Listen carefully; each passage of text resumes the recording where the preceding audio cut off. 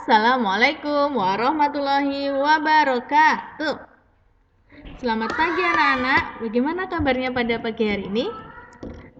Semoga semuanya dalam keadaan sehat ya. Pekan lalu kita sudah belajar tentang organ peredaran darah. Nah, pekan ini kita lanjutkan tentang sistem peredaran darah pada manusia. Sistem peredaran darah merupakan suatu proses mengalirnya darah di dalam tubuh. Sistem peredaran darah ini dibedakan menjadi dua, yaitu sistem peredaran darah besar dan sistem peredaran darah kecil.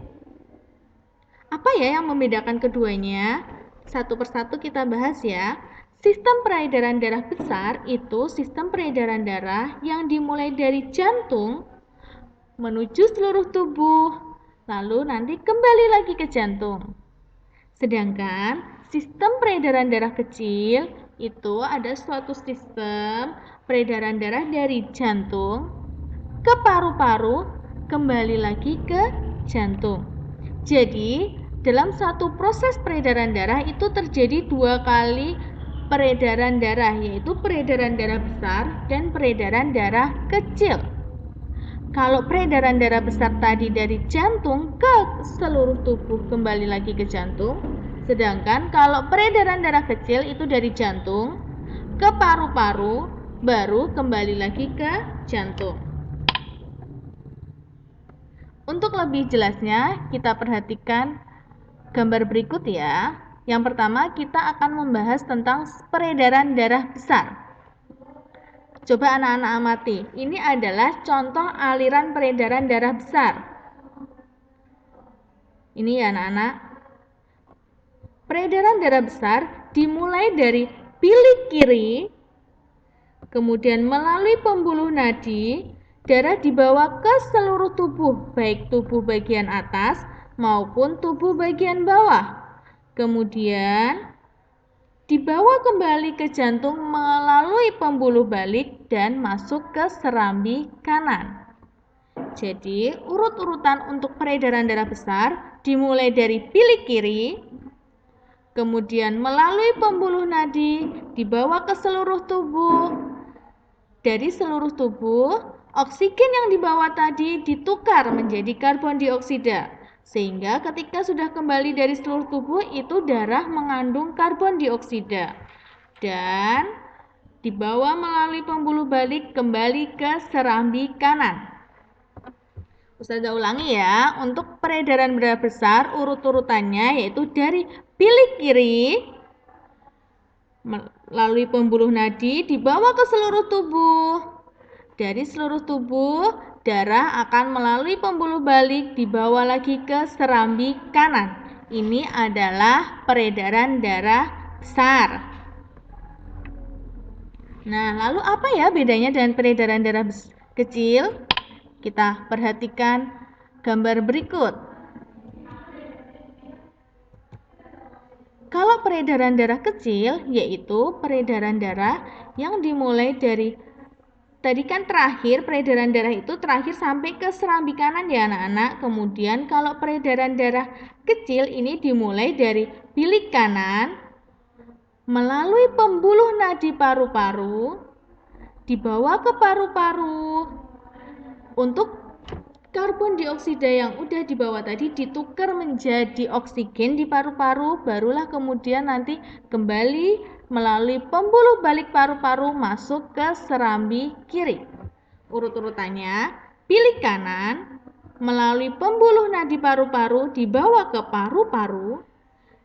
Dari paru-paru, darah yang sudah ditukar menjadi oksigen dibawa balik melalui pembuluh balik paru-paru menuju serambi kiri. Ya, Ustazah ulangi sekali lagi. Peredaran darah kecil dimulai dari bilik kanan melalui pembuluh nadi paru-paru menuju paru-paru. Kemudian melalui pembuluh balik paru-paru, darah dibawa ke serambi kiri. Lalu selanjutnya, ada beberapa gangguan yang bisa menyerang sistem peredaran darah pada manusia. Gangguan ini dibedakan menjadi dua, yaitu gangguan non-keturunan dan gangguan keturunan. Jadi ada gangguan yang disebabkan karena faktor keturunan dan bukan karena faktor keturunan. Gangguan yang disebabkan non-keturunan ini biasanya dipengaruhi oleh pola hidup yang tidak sehat dan makanan yang tidak sehat.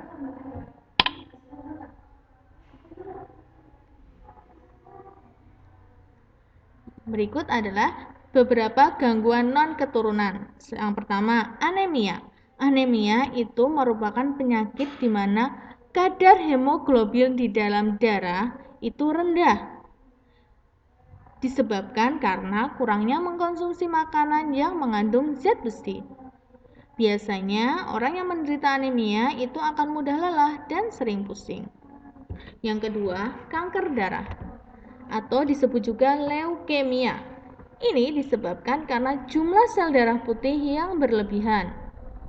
Yang ketiga, ada tekanan darah rendah. Disebabkan karena adanya penurunan tekanan di dalam darah. Yang keempat, tekanan darah tinggi. Kalau tekanan darah tinggi ini disebabkan karena adanya kenaikan tekanan darah. Yang kelima, ada yang disebut dengan jantung koroner. Jantung koroner disebabkan karena penumpukan kolesterol pada pembuluh darah jantung. Dan yang keenam yaitu stroke. Stroke ini bisa disebabkan karena adanya penyumbatan, penyempitan, atau pecahnya pembuluh darah yang menuju ke otak. Sedangkan untuk gangguan keturunan itu ada dua. Gangguan keturunan ini biasanya disebabkan karena kita mempunyai keluarga yang misal sudah menderitanya, sehingga kita nanti bisa berkemungkinan untuk menderita penyakit tersebut. Ada dua gangguan, yaitu yang pertama hemofilia. Hemofilia ini merupakan kelainan yang menyebabkan darah itu sulit membeku ketika terluka. Jadi misalnya kita terluka, kalau saat kita terluka itu nanti darah orang normal itu mungkin hanya dalam waktu beberapa menit itu sudah akan membeku, sudah akan menutup sendiri. Sedangkan orang yang menderita hemofilia itu darahnya sangat sulit untuk membeku dan sangat sulit untuk berhenti. Yang kedua ada talasemia. Talasemia ini disebabkan karena sel darah merahnya mempunyai ukuran yang tidak teratur, sehingga daya ikatnya terhadap oksigen berkurang. Lalu, bagaimana ya caranya untuk menjaga kesehatan sistem peredaran darah? Ada 4 cara yang bisa kita lakukan. Yang pertama, harus berolahraga secara teratur. Kemudian, tidur atau istirahat yang cukup.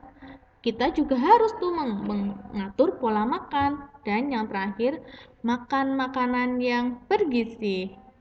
Nah, cukup sekian ya yang bisa Ustazah sampaikan untuk materi hari ini.